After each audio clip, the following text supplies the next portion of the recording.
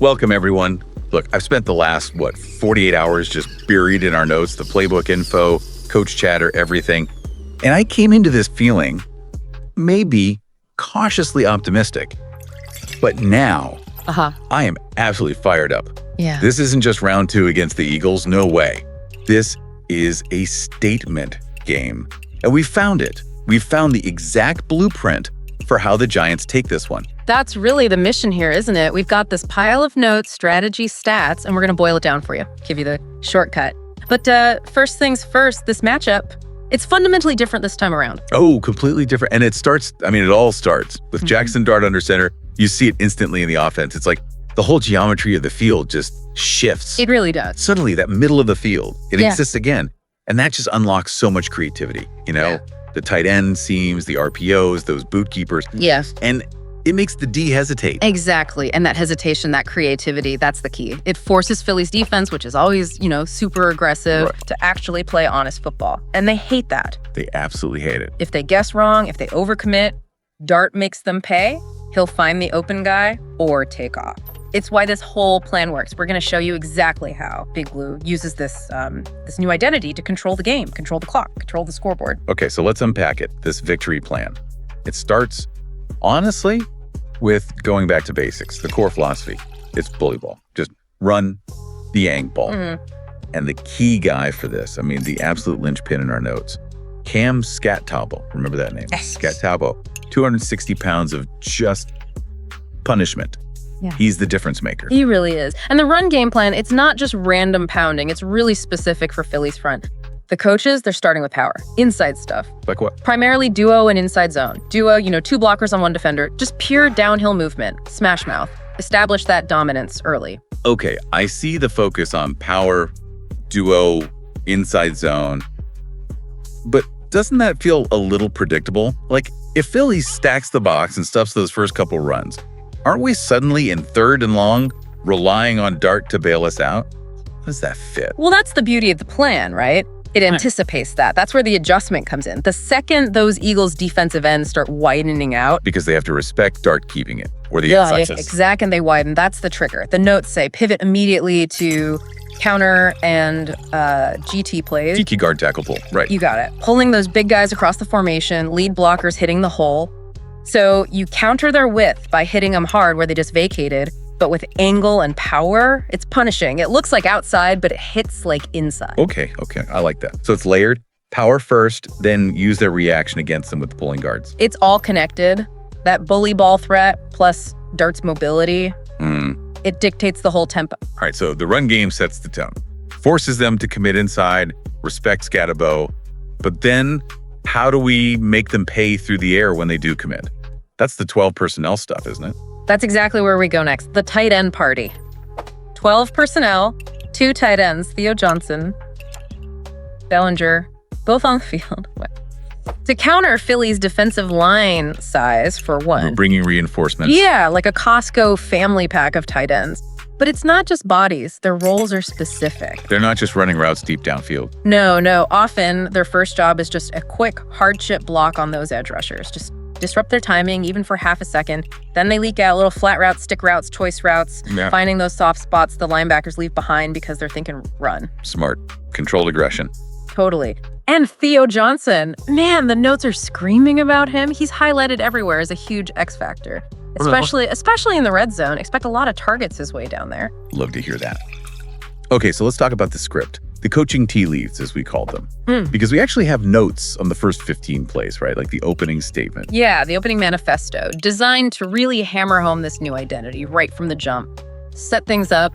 You'll see those RPO glances, the TE seams we just talked about, maybe a screen pass after showing a heavy run look. And we've got the first few calls they're focusing on, like the actual sequence. We do. The first maybe 8 plays they really want to establish shows they really believe in this plan. It starts with that RPO glance quick throw. Dart reads the linebacker, hits Hyatt or Collins fast. Quick hit. Then, bam, hit him in the mouth. Do a run with Skattebo, and specifically run it right behind JMS and AT. They think there's an advantage there against Philly's interior. Isolate the matchup. After that power punch, movement, boot left. Dart rolls out, Bellinger slides across as the easy throw, makes the whole defense run sideline to sideline. Wear him out. I like it. Keep them guessing.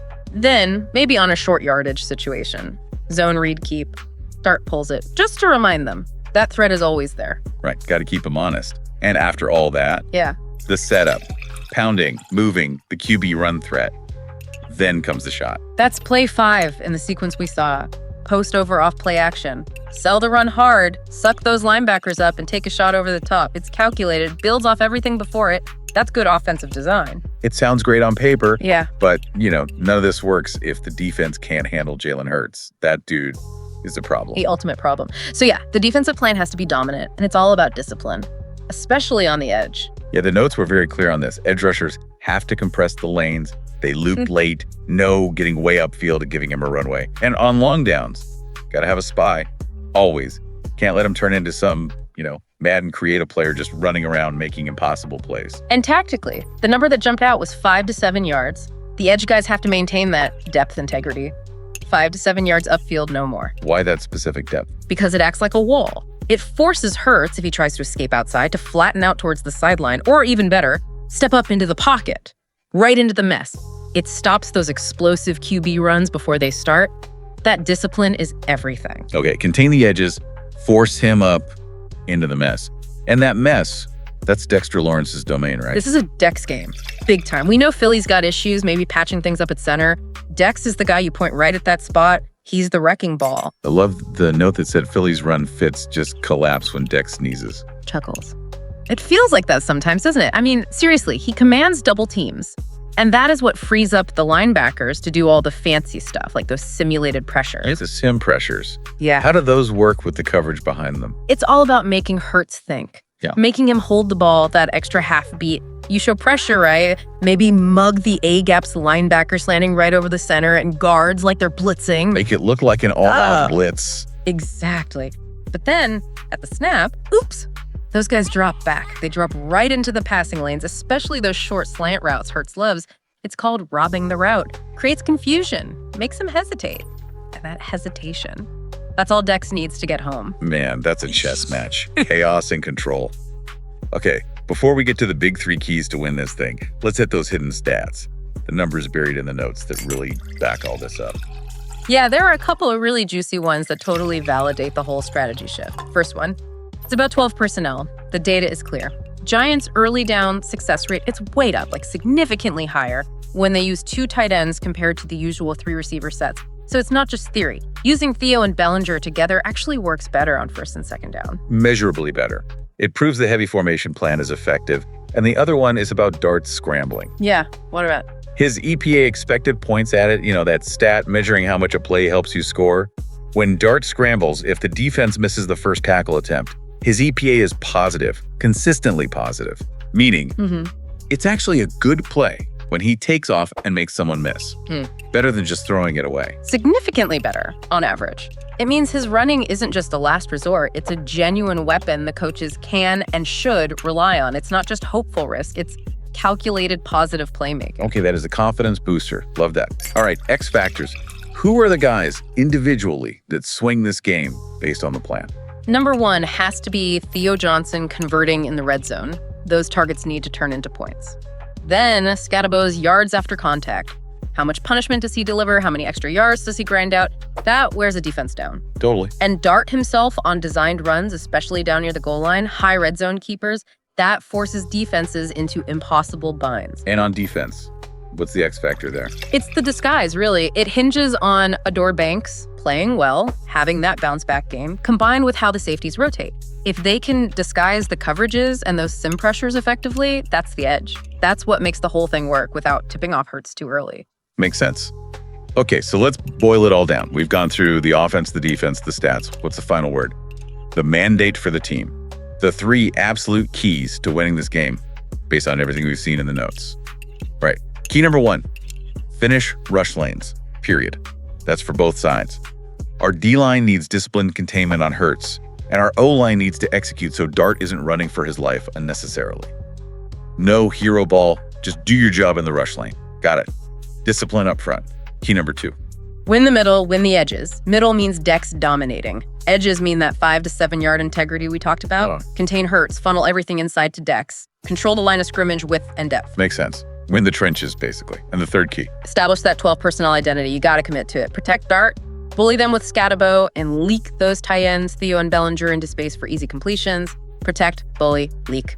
That's the offensive formula. Protect, bully, leak. I like it. That's the blueprint. That's what the deep dive into all this material gave us. We've looked at the strategy, the personnel changes, Dart's impact.